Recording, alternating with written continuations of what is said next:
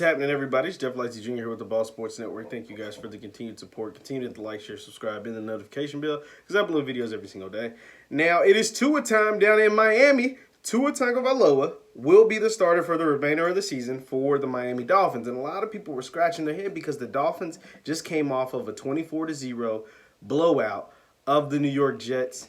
And the Dolphins are sitting at 3-3. They're second in the division. They're only one game back of the Buffalo Bills for the AFC East and the top of the AFC East standings. And so it's like, why would you replace Ryan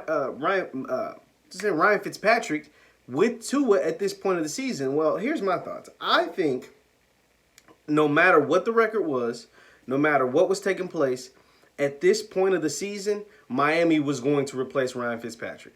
Like, the 6 games in, I think they sat down Ryan, I think they sat down Tua, and they said, after week 6, going into the bye week, because their bye week is this week, we're going to implement Tua as long as Tua progresses the way that they expected and his injury heals and everything checks out the way that they expected going into the bye week. And that's essentially what happened.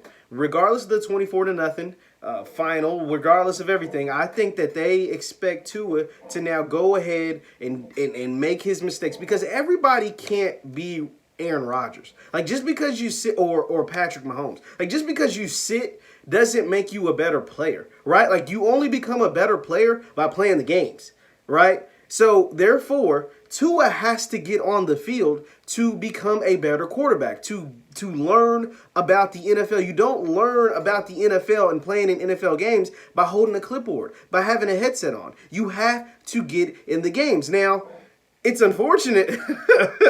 His first game will be against the league leader in sacks and the most dominant defensive player of the last 5 years in Aaron Donald, right? Like, so that's unfortunate, but you got to start somewhere. And it's best to be coming off of a bye week playing the Rams, where that way your team has 2 full weeks to scheme and plot and pray to try to stop Aaron Donald.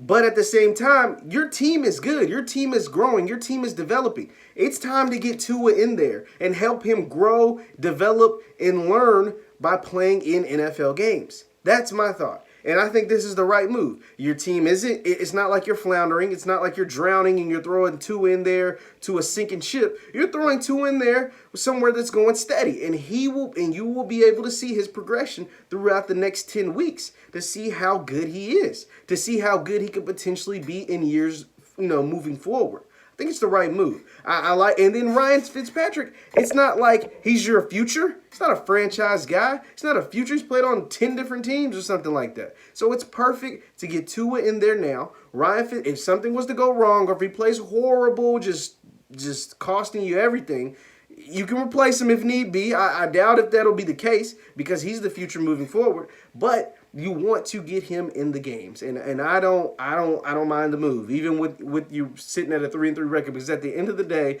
Tua is more talented than Ryan Fitzpatrick, and Tua is your franchise. And when you look across the street, or you look across the NFL, and you look at Justin Herbert making plays, and you look at Joe Burrow making plays, and you think your guy is just as good or better than those guys, then you need to get him on the field. It's just that simple. If he's healthy, you need to get him on the field. Coming out of college, I thought Tua was the best quarterback in the 2020 draft. And so, therefore, I think he's just as good as Joe Burrow and just as good as Justin Herbert. So, therefore, get him on the field and see what he can prove. See if I'm right. See if you're right, because you obviously thought he was better than Herbert. You took him before Herbert was drafted. So, let's go. Let's get him out there. And you got a team that's comparable. You got a team that's playing really good and has a bunch of future first-round picks. A bunch of future picks. Let's make it happen. I'm proud of the Dolphins for making this tough decision, and Brian Flores. Let me know your thoughts in the comments down below. Once again, my name is Jeff Lightsy Jr. with the Ball Sports Network. I'll see you next time.